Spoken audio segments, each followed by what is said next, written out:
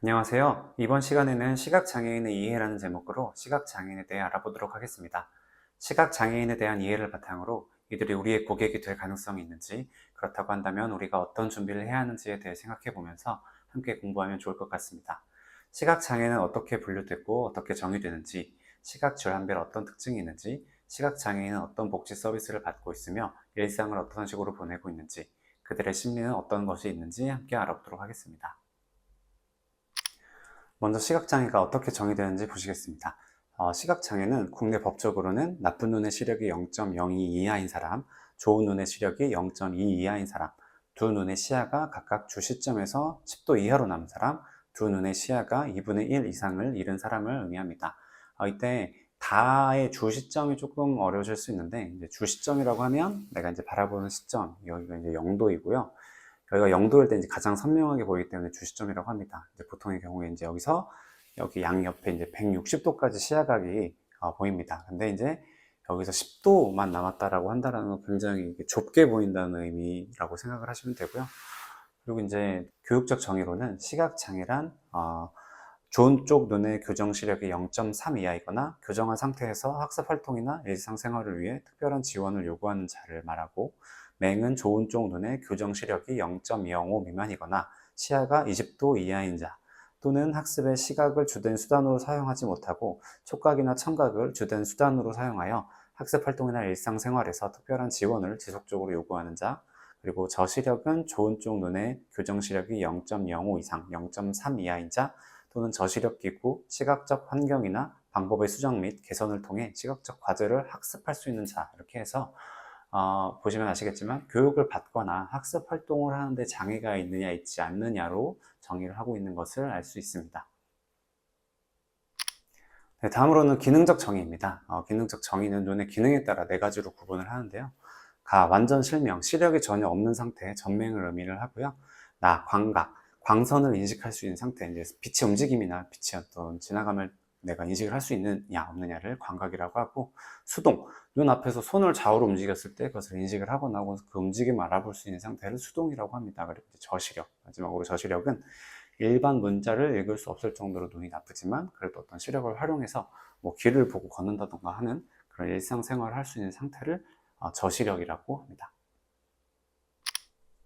네, 다음으로는 시각장애를 어떻게 분류하는지 보시겠습니다. 크게 시기에 따라, 또 진행 정도, 그 속도에 따라서, 그리고 다른 장애와 혹시 중복이 되었는지에 따라서 분류를 합니다.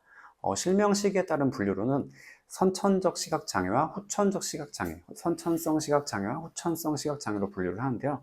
보통 태어나면서 혹은 태어난 직후에 장애를 얻은 것을 선천성이라고 하긴 하지만, 학자에 따라서 2세 혹은 5세 기준으로 시각적 기억이 남아있는지 여부에 따라서 선천과 후천을 구분을 하기도 합니다. 그러니까 내가 어떤 것을 떠올렸을 때 어떤 거에 대한 기억이 있는지, 내가 눈으로 무언가를 봤다라는 사실을 기억을 하고 있는지 없는지를 기준으로 해서 선천과 후천을 나누기도 합니다. 그리고 시각장애 진행 정도, 그리고 진행 속도에 따른 분류고요. 장애의 진행이 급격하게 이루어져 나타나는 경우 급성으로, 진행이 서서하게 이루어지면서 실명하는 경우를 만성이라고 합니다. 그래서 예를 들면 갑작스러운 어떤 사고로 눈이 갑자기 멀게 된 경우에는 급성, 20대에 어떤 질병이 발병을 해서 서서히 시력이 나빠지다가 40대쯤에 완전히 이제 실명이 되는 경우를 이제 만성, 이렇게 구분을 하고요. 또 이제 시각 외에 다른 중복 장애가 있는지, 그래서 두 가지 이상의 주요 장애를 동시에 보이는 경우에는 중복 장애라고 분류를 하는데, 여기서 시각 중복 장애, 그러니까 청각 장애가 있지만 시각 중복 장애입니다라고 만약에 표현을 한다고 하면, 주요 장애가 시각 장애인 것으로 보고 이 장애에 우선적으로 관심을 두고 지원을 해야 한다라는 의미로 보고 있습니다.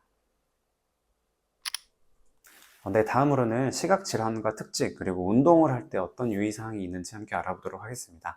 여기서 먼저 짚고 넘어갈 것이, 이미 운동 지도를 하고 계신 선생님들께서는 잘 알고 계시겠지만, 우리가 시각 질환에 대해 알아본다고 해서 어떤 그걸 진단을 내리거나 이 병을 치료한 사람이 아닌 거 잘 알고 계시죠? 그래서 우리가 이런 것들을 공부를 해서 어떤 거를 미리 준비하고 예방을 해야 되는지, 어떤 거를 내가 운동을 가르칠 때 이런 걸 해야겠구나라는 거에 대해 중점을 두고 함께 공부를 했으면 좋을 것 같습니다.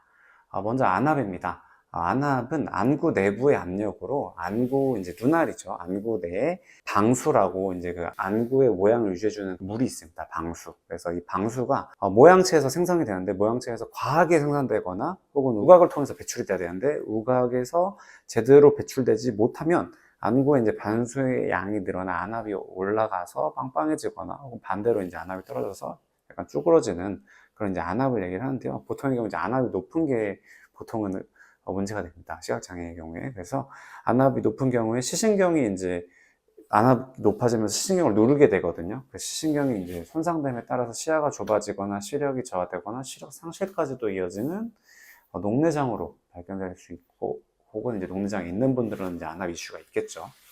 반대로 이제 안압이 낮을 경우에는 이제 각막 부전, 맥락막 박리, 황반 변증이라는 또 이제 이후에 다시 다루겠지만 그런 질병을 동반할 수 있다.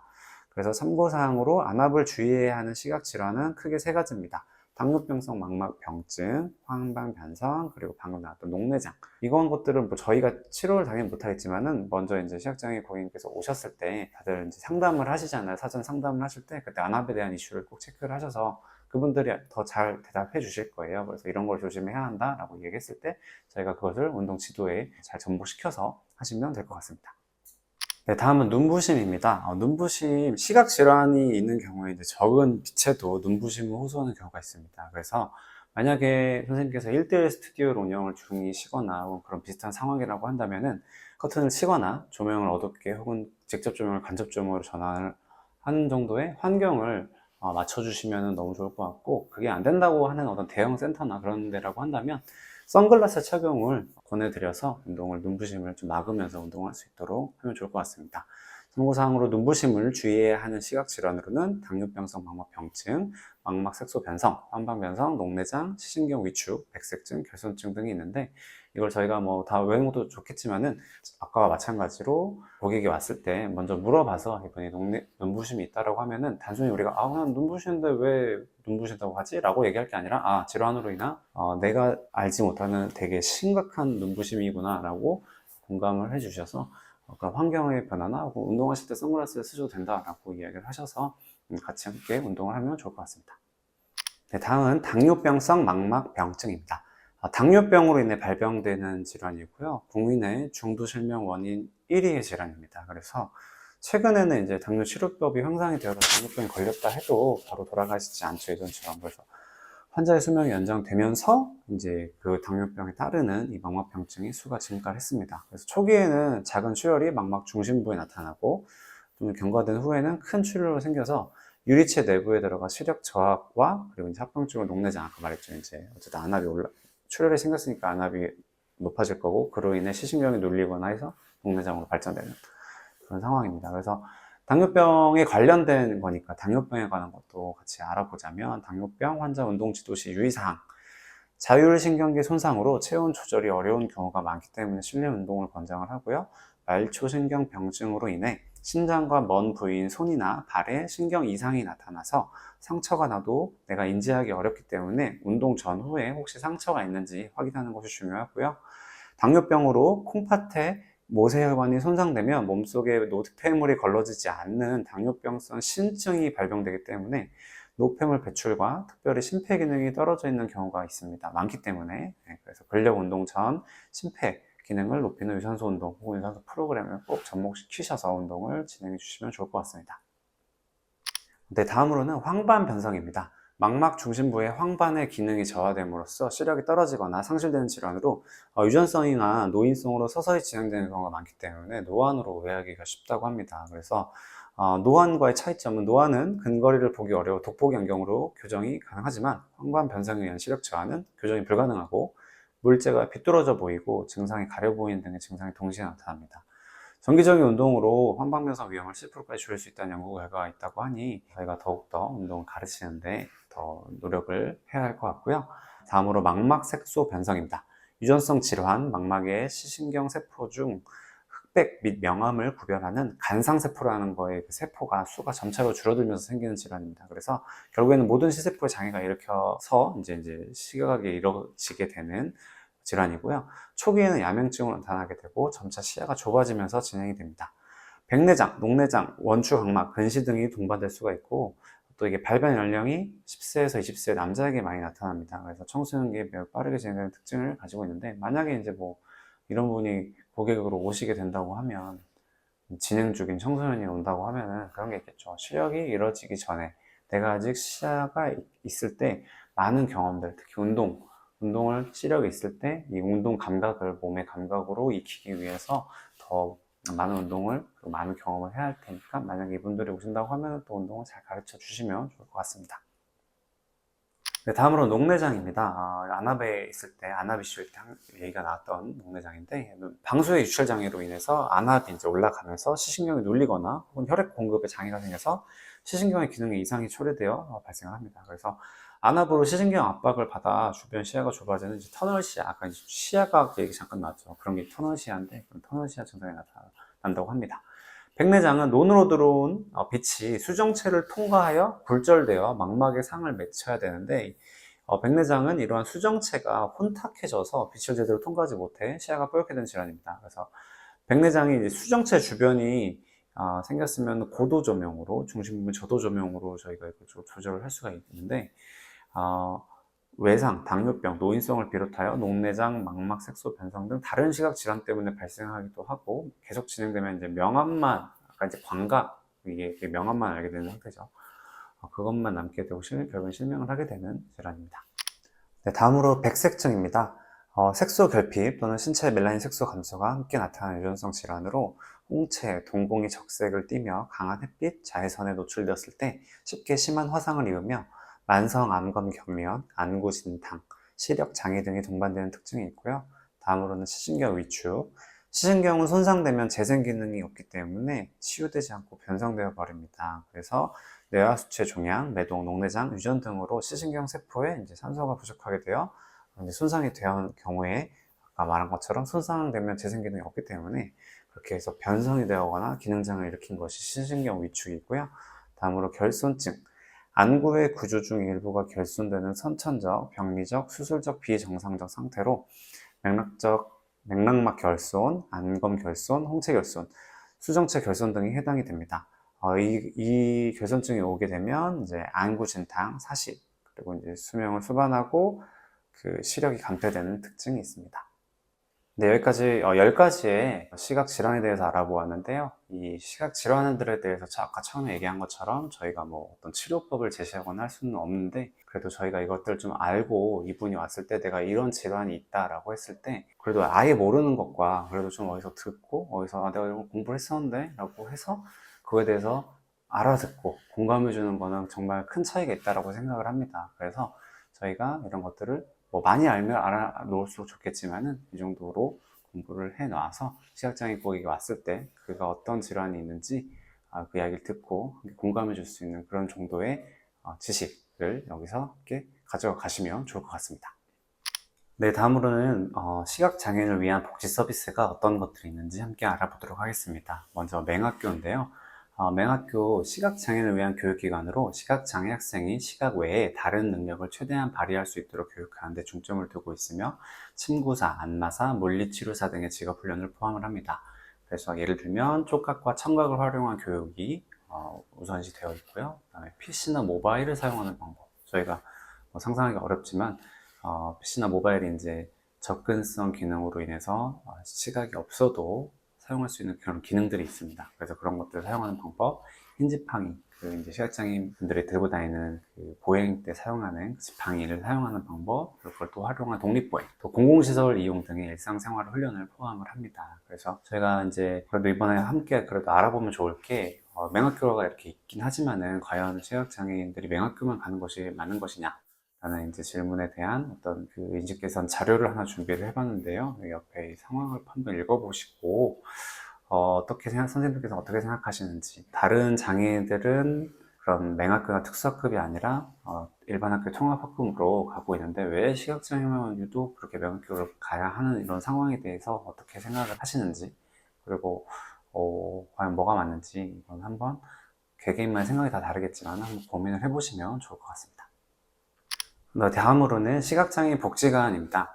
시각장애인 복지 분야의 중추기관으로 상담지도, 의료재활, 교육재활, 직업재활, 사회심리재활, 재가장애인 복지, 스포츠 및 여가활동, 정보 제공, 사회교육, 활동보조 서비스 등의 사업을 진행을 하고 관리를 하시는 복지관입니다. 그래서 장애 등급을 받게 되면 이런 복지관들을 통해서 필요한 복지 서비스를 제공을 받을 수 있게 되는데, 여기서 이제 한번 또 고민을 해볼 게, 다 좋은데 그 복지관 서비스를 받으려면 이 등록증, 장애 등급, 장애 등록증이 있어야 하는데, 만약에 그러면은 일상생활이 중단되면, 내가 정말 장애를 얻었는데 아직 장애 등록증이 없는 이런 상황이라면 어떻게 해야 되냐에 대한 사실 그런 이제 문제가 좀 있는데요. 대한민국은 장애인 등록증이 있어야만 복지관 이용이 가능합니다. 근데 이제 장애인 등록증이 없이 방치된 사각지대 시각장애 청년이 최소 30만 명으로 추정이 되고 있습니다. 그래서 사고나 어떤 질병으로 일상생활이 어려운 중증 시각장애를 얻긴 얻었는데, 어떤 심사나 아까 이제 그런 기준이 있었죠. 법적인 어떤 시각장애에 대한 어떤 기준들이 있었는데, 거기 조금 못 미치거나 혹은 어떤 상황들이 있어서 시각장애 등록을 되지 않은 그런 청년들이 30만 명. 그래서 만약 이들이 먼저 시야가 좀 남아 있어도 어쨌든 만성적으로 시각장애 이루어지고 있는 이런 상황 속에서 먼저 그런 복지 서비스를 받는다고 한다면 더 좋을 텐데, 그렇게 되지 않은 상황이에요. 그래서 요것도 한번 선생님들께서 고민을 한번 이런 사회 문제가 있다, 이런 거 한번 생각을 해보시면 좋을 것 같습니다. 네, 저희가 고객 페르소나라고 해서 고객에 대해서 저희가 이미지를 하면서 그 고객이 어떤 여정과 어떤 상황들을 거쳐서 우리한테 이렇게 오는지에 대한 어떤 매핑을 하고 있는 그 고객 일상 여정지도, 이런 것도 알고 계실 텐데, 그 방식을 이제 활용을 해서 시각장애를 얻게 되면 그 후에 어떤 과정들을 거쳐서 장애인이 되어 가는지를 한번 알아보도록 하겠습니다. 그래서 먼저 1단계로 이제 시각 질환 혹은 사고로 시각장애가 발생을 하게 되면 병원에서 진단서를 발급을 받습니다. 이 진단서를 가지고 장애인 등록을 해주는 기관, 관할면 동사무소 같은 그런 기관에 서류를 제출을 하면 일단 기본적으로 2개월이 소요가 됩니다, 심사에. 그래서 소요가 된 이후에 장애 등급 판정과 복지카드가 발급이 되면 이제 그 복지카드를 활용을 해서 어떤 여러 복지 혜택을 받을 수 있게 되고, 그리고 이제 필요한 경우 복지관이나 맹학교 입학을 하게 되어 일상생활이나 직업훈련을 시작을 하게 되고, 그리고 이제 거기서 본격적으로 이제 시각장애의 삶을 살아가게 되는데, 여기서 이제 또 참고해야 하는 상황은 장애인 등록은 이제 자기가 직접 해야 하는 거죠. 그래서 어쨌든 내가 신청을 해야 하는데, 여러 가지 이유로 지적 장애가 좀 있다거나 어떤 상황이 안 돼서, 그리고 그냥 몰라서 이 서비스를 받지 못하는 경우들도 굉장히 많고, 그리고 이제 이런 게 있어도 그래서 나 장애인 되기 싫어, 장애인 하기 싫어, 이런 어떤 타인의 시선 때문에 장애인의 등록 신청을 하지 않는 거나 미루는 경우가 굉장히 많다고 알고 있습니다. 저시력 장애인의 경우에는 특히 이런 게 아주 그래도 좀 내가 일상생활이 좀 되는 만큼의 시력이 남아있는데 내가 굳이 장애인 등록을 해야겠어 라고 하는 경우가 꽤 있고, 제 주위에도 있었어요. 그래서 이분들이 이제 청소년 때 사실 잘 모르죠. 학교에 다 이제 학교 집만 왔다 갔다 하니까. 그러다가 그때는 내가 이 필요성을 체감하지 못하다가 이제 대학교 사회인이 되어서 여러 장애인들을 만나고 또 장애 등록의 필요성을 느낀 사례, 혹은 어떤 사회생활을 하면서 이제 사회 시스템을 이용을 해보니까 장애의 어떤 혜택들이 있잖아요. 복지 서비스들이 있고, 그런 것들이 이거를 내가 몰라서 못하는 그런 경우들이, 저희가 그러니까 자기가 직접 발로 뛰지 않으면 그런 복지 서비스에 대한 정보를 얻지 못하는 이런 상황이라는 것도 알고 있으면 그분들의 상황을 이해하는 데 좀 더 도움이 될 것 같습니다. 네, 이렇게 맹학교나 복지관에서 이제 복지 서비스를 통해 일상생활 훈련을 받게 되는데, 이제 그 중에 가장 기초가 되는 보행 훈련에 관해서 먼저 알아보겠습니다. 시각 능력이 없는 시각장애인이 사용 가능한 모든 잔존 감각, 잔존 신체 능력을 최대한 활용해서 정보를 습득한 후에 보행에 필요한 정보를 선정하여 머리로 계획한 후에 그 목표까지 발을 옮기는 인지 과정의 어떤 훈련입니다. 그래서 독립보행, 혼자서 움직이는 것을 목표로 흰 지팡이를 사용하는 법, 이 공간 내부를 혹은 거기까지 공간을 탐색하는 방법, 방향, 내가 지금 이쪽 방향을 자고 있는지, 내 지금 위치는 어디 있는지, 이런 거를 계산을 하는 방향 정의 등을 훈련을 하게 되고, 필요시에는 이제 안내기용 보행도 병행을 합니다. 시각장애인은 발끝의 감각이나 귀로 들리는 소리, 희미하게 남아있는 시력을 최대한 활용해서 걷기 때문에 비장애인, 정황인에게 걸음걸이와 체형이 많이 앞으로 쏠려 있고, 관절과 사지의 긴장감이 굉장히 높은 특징이 있습니다. 그래서 보행 훈련을 혹시나 이제 체험 있잖아요. 이거는 체험 활동도 있잖아요. 만약에 내가 해보게 되면 아시겠지만 허리나 이런 발목이나 무릎이 엄청나게 하고 나면 뭐 30분 정도만 하고 나도 엄청나게 뻐근한 거를 느끼시게 됩니다. 그래서 운동 가르칠 때 참고가 될 것 같고요. 그리고 이제 사진에 이제 다들 지팡이를 들고 있는 거 볼 텐데 저 흰 지팡이 케인이라고도 합니다. 이 흰 지팡이가 법적으로 어떤 효력이 있냐면 도로교통법의 이제 11조, 48조에 시각장애인 지팡이를 들고 있는 사람을 보호해야 하는 저희 의무가 있습니다. 그래가지고 이분들이랑 만약에 이분들이랑 저희가 어떤 충돌이나 사고가 나면은 저희가 전적으로 지팡이를 들지 않고 있는 정한인, 비장애인이 이 사람을 보호를 해야 되는데 보호를 하지 못했기 때문에 책임이 저희가 옵니다. 마찬가지로 그래서 이 지팡이는 시각장애인에게 있어서는 내가 님을 표현하는 도구인과 동시에 나를 정말 보호해주는 장치이기 때문에 굉장히 소중히 다루실 거예요, 다들. 그래서 그 지팡이에 대한 것도 여기서 한번 알아두고 가시면 좋을 것 같습니다. 네, 다음으로는 모바일이나 PC를 활용하는 정보 접근 훈련입니다. 어떤 스마트폰을 여러분들이 우리는 이제 이렇게 보고 터치를 해서 활용을 하는데 시각장애인 분들은 이거를 볼 수가 없는 상태잖아요. 그럼 이제 이걸 어떻게 뭔지 어디 알고 터치를 옛날에 버튼도 아니고 그죠? 터치하기가 어려운데 법적으로 그 안드로이드든 뭐 아이폰이든 그 반드시 이 접근성 기능이 설치가 되어 있는 것이 법적으로 정해져 있습니다. 그래서 스마트폰에 이제 접근성 기능을 설정에 이제 접근성 기능을 찾아서 들어가면 반드시 있거든요.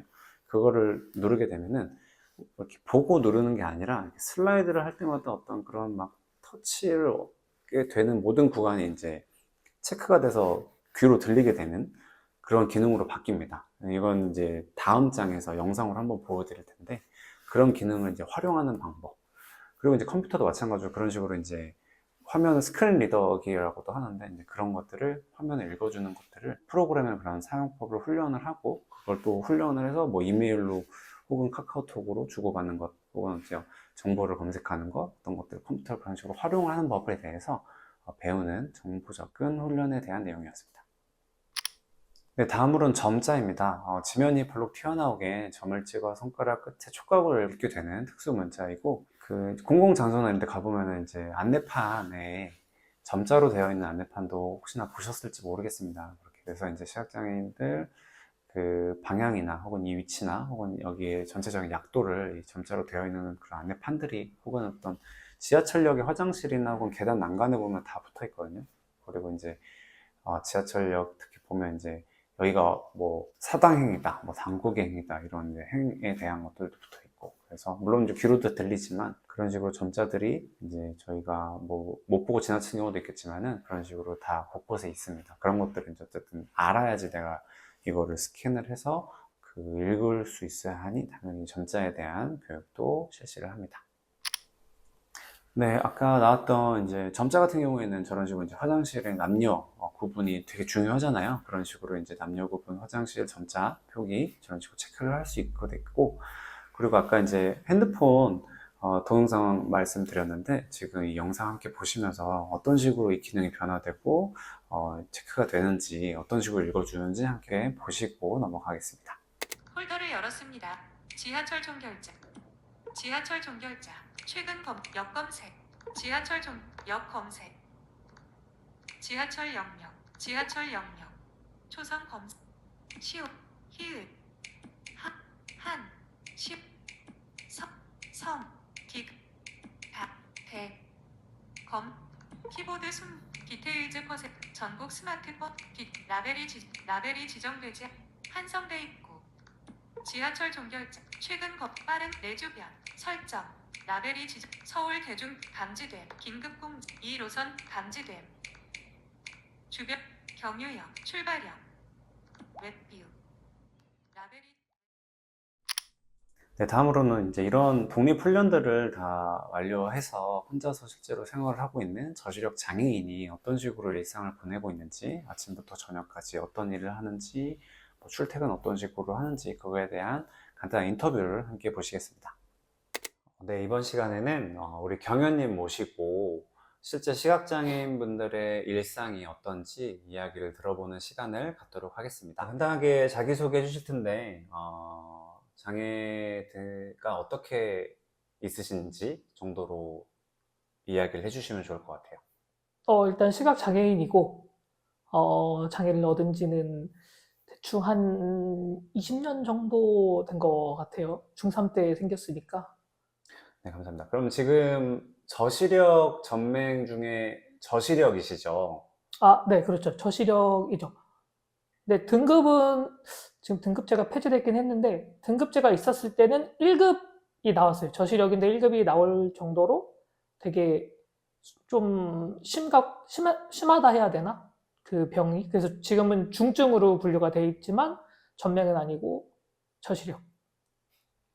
네, 저시력 중에서도 이제 시각이 굉장히 좁은 지금 주 시야각에서 10도 이하로 있으시죠? 나가 있는 시력이. 네, 양쪽 다 검사를 해봤는데, 다 이제 5도 이하로 나와가지고, 휴지심으로 이렇게 볼 때 요 느낌, 제가 터널 시야라고들 부르더라고요. 네, 그러면 그렇게 장애를 얻었지만 일자리를 갖고 계시고 일을 하고 계시고 또 출퇴근도 혼자서 하고 계시잖아요. 네. 그런 거에 대한 이제 이야기를 나눠볼 텐데, 그럼 이제 일단 아침에 이제 눈을 뜨고 일어나실 텐데 어떻게 출근 준비를 하시는지 말씀해 주시면 좋을 것 같아요. 뭐 별다를 건 없는데, 저도 이제 알람 듣고 일어나고, 예, 일어나서 뭐 씻고, 그 다음에 나와가지고 이제 뭐 옷 갈아입고, 예, 출근해야 되니까 이제 사무실 카드키 챙기고, 휴대폰 챙기고, 그러고 지하철 타러 나가죠. 네, 별다를 거 없죠, 진짜. 네, 그 별다를 거 없다라는 게 사실 이제 저희로서는, 그저 비장애인으로서는, 네. 겪어보지 않은 사람으로서는 당연한 말이면서도 당연하지 않은 말이잖아요. 방금 지하철 말씀해 주셨는데, 그러면은 지하철, 대중교통, 지하철, 버스, 혹은 이제 택시 이렇게 있을 텐데, 그 중에서 제일 편한 게 아무래도 택시일 거고, 당연히. 그쵸. 그 다음에 이제, 그 다음 선호하시는 게 지하철이라고 알고 있는데, 지하철이랑 버스의 차이점 간단하게 말씀해 주실 수 있나요? 일단 지하철은 정해진 역에서 정해진 방향으로 가는 지하철 그냥 타면 되죠. 소리도, 그러니까 안내 방송도 해주고, 근데 이제 버스는 물론 버스도 안내 방송이 나오긴 하는데, 뭐 잠시 후 몇 번 도착합니다 라고 하는데, 제가 서울 와서 버스 타기 가장 힘든 이유는 정류장에 제가 원하는 버스 한 대만 서는 경우가 없거든요.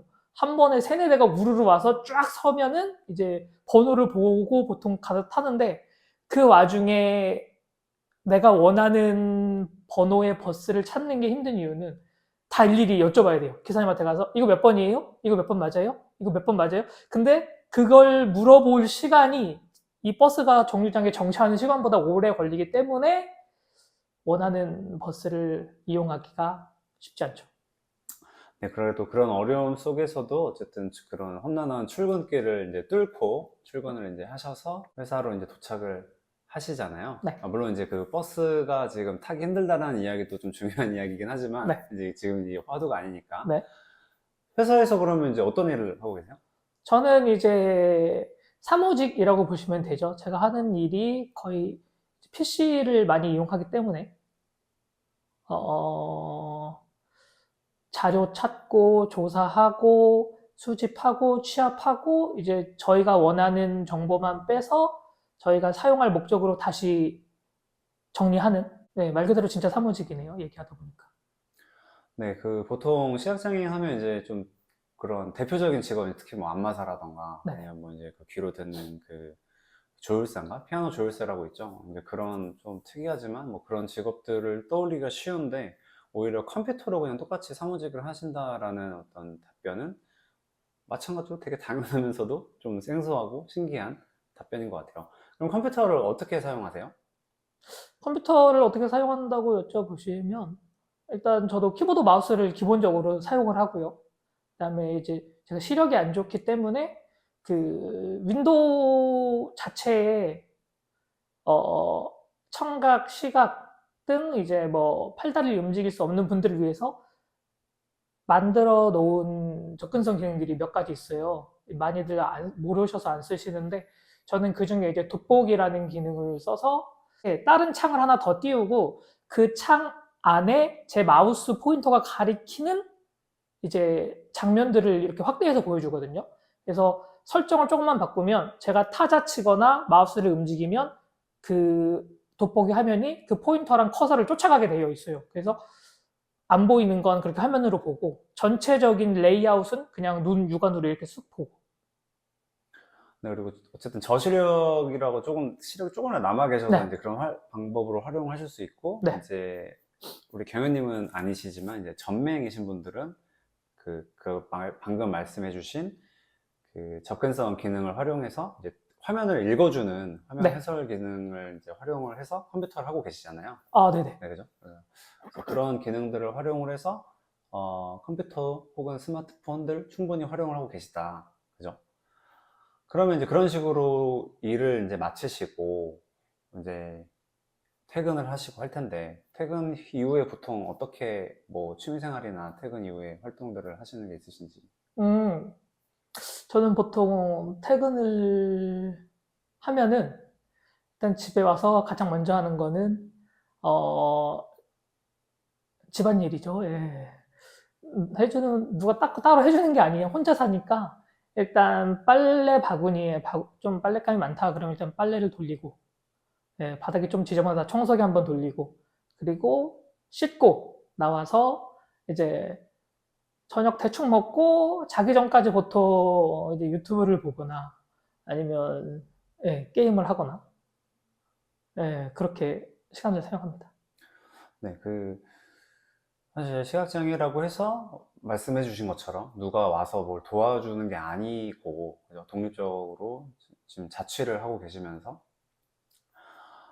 혼자서 가사 일도 다 하시고 출퇴근 뭐 당연히 하고 있고, 어쨌든 모든 활동들을 혼자서 그렇게 도움 없이 하고 계신데, 물론 뭐 누가 도와주면 좋겠죠. 도움 없이 하고 계시는데, 이런 상황에서 사실 이제 뭐 헬스장이나 어떤 운동 시설에서 위험하다고 안 받는다는 게 사실 좀 항상 좀 의문이 드는 거잖아요. 오히려 다 하는데 오늘은 그런 식으로 처음에 일어나셔서 출근 준비 혼자서 하시고, 또 출퇴근 길이 이제 대중교통이나 어떤 길을 외워서 걷는 그런 방법들을 통해서 충분히 출퇴근도 혼자서 하고 계시고, 그리고 이제 회사에서 어떤 접근성 기능들이나 혹은 그 외에 보조 기능들을 활용을 해서 혼자서 업무를 충분히 보고 계시고, 실제로 성과를 내고 계시고, 그걸로 뭐 속된 말로 밥벌이를 잘 하고 계시고 있고, 그리고 이제 집에 오셔서도 이런저런 편리한 기능들이나 혹은 스마트 기구들을 활용을 해서 취미생활도 똑같이 비장애인들과 똑같이 보내는 그런 하루에 대해서 말씀을 해주셨잖아요. 네, 오늘 말씀해 주셔서 감사합니다. 감사합니다. 네, 고생하셨습니다. 네, 이렇게 생활을 하고 이렇게 훈련을 받은 시각장애인들이 그러면 네, 어쨌든 왜 일반 체육시설에서 특수체육시설이 아니라 왜 일반 체육시설에서 운동을 하려고 하는지, 그들의 심리와 그 현재 어떤 상황들에 대해서 함께 알아보도록 하겠습니다. 우선은 첫 번째, 장애인 전용 특수체육시설의 공급 부족의 문제가 있는데요. 최근 지어진 대부분의 장애인 체육시설들은 4년이 평지에 있습니다. 이제는 장애인 체육시설에 대한 노골적인 혐오 대신에 장애인 체육시설이 있으니 장애인은 거기 가서 운동하면 되지 않냐? 라는 질문이 그 자리를 대신한다고 합니다. 하지만 이 질문은 현실 앞에 무력한데요. 왜냐면 이 현황을 보시면 이 시설이 많이 부족합니다. 서울 기준으로도 인구 밀집도가 높은 자치구에는 시설이 없는 경우가 허다하고, 그러니까 땅값이 높은 데에는 장애인 시설이 없는 거죠. 많은 장애인들 체육시설은 오히려 이제 굉장히 외곽에 있기 때문에 왕복 2~3시간의 거리를 감수를 해야 합니다. 하지만 그마저도 어쨌든 수가 부족하기 때문에 되게 굉장히 많은 시간을 대기를 해야 하거나, 혹은 일을 하고 있는 직장인은 사실 프로그램을 참여할 수가 없는 그런 현실적인 상황들이 있습니다. 그래서 이런 상황이 있기 때문에 내 집 앞에 있는 어떤 그냥 헬스장, 우리 집 바로 가까이 있는 필라테스 이런 데 가고 싶은데 왜 나한테 그 2~3시간 거리 먼 곳을 대기를 해야 하는 그곳에 가라고 하느냐라는 질문이 당연히 있을 수 있겠죠. 네, 그리고 시각장애인뿐 아니라 장애인이라고 하면 대부분 나만 이렇게 어떻게 특별하게 대우해줘 이런 게 아니라 동등한 거리를 원하시는 경우가 굉장히 많습니다. 그래서 해당 내용에서 또 좀 알아보면 장애인 전용이 아닌 동등한 거래를 원하는데, 특히 후천적 장애인의 경우에는 내가 어쨌든 아까도 나왔지만 되게 많은 어떤 그런 훈련들이 있잖아요. 그런 훈련들을 긴 시간과 고통을 이겨내면서 새롭게 살아가는 방식으로 이제 딱 배워서 어렵게 다시 사회에 복귀를 했는데, 너 장애인이잖아. 너 장애인 그걸로 가라고 하는데 당연히 불만이 있죠. 특히 후천적 장애인은 너가 원래 쓰던 것들인데. 그렇기 때문에 그런 심리가 있고, 법으로도 사실 그걸 이제 구분하지 말라고 법으로도 되어 있는데, 여전히 현실은 그런 것들이 많이 무력한 상황입니다. 네, 시각장애인들은 어쨌든 그렇다면 그들의 문제점은 뭐 그래 우리가 알겠는데, 우리 운동을 가르치는 우리가 그들을 왜 굳이 고객으로 받아야 하냐라는 어떤 질문이 있을 수 있는데, 사실 저희로서도 새로운 고객으로서의 가능성이 있기 때문에 한번 생각을 해보자 라는 건데요. 그분들은 이제 어쨌든 새로운 환경에 적응이 오래 걸립니다. 어쨌든 이제 눈이 안 보이기 때문에 다시 새롭게 다 배우고 적응을 하는 데 오래 걸릴 거고, 그렇기 때문에 기존 환경이나 어떤 기존 인간관계에 의존한 경향이 일단 있고, 두 번째로 이제 시각장애인 커뮤니티에 어쨌든 온라인이든 오프라인이든 반드시 속해 있을 것입니다.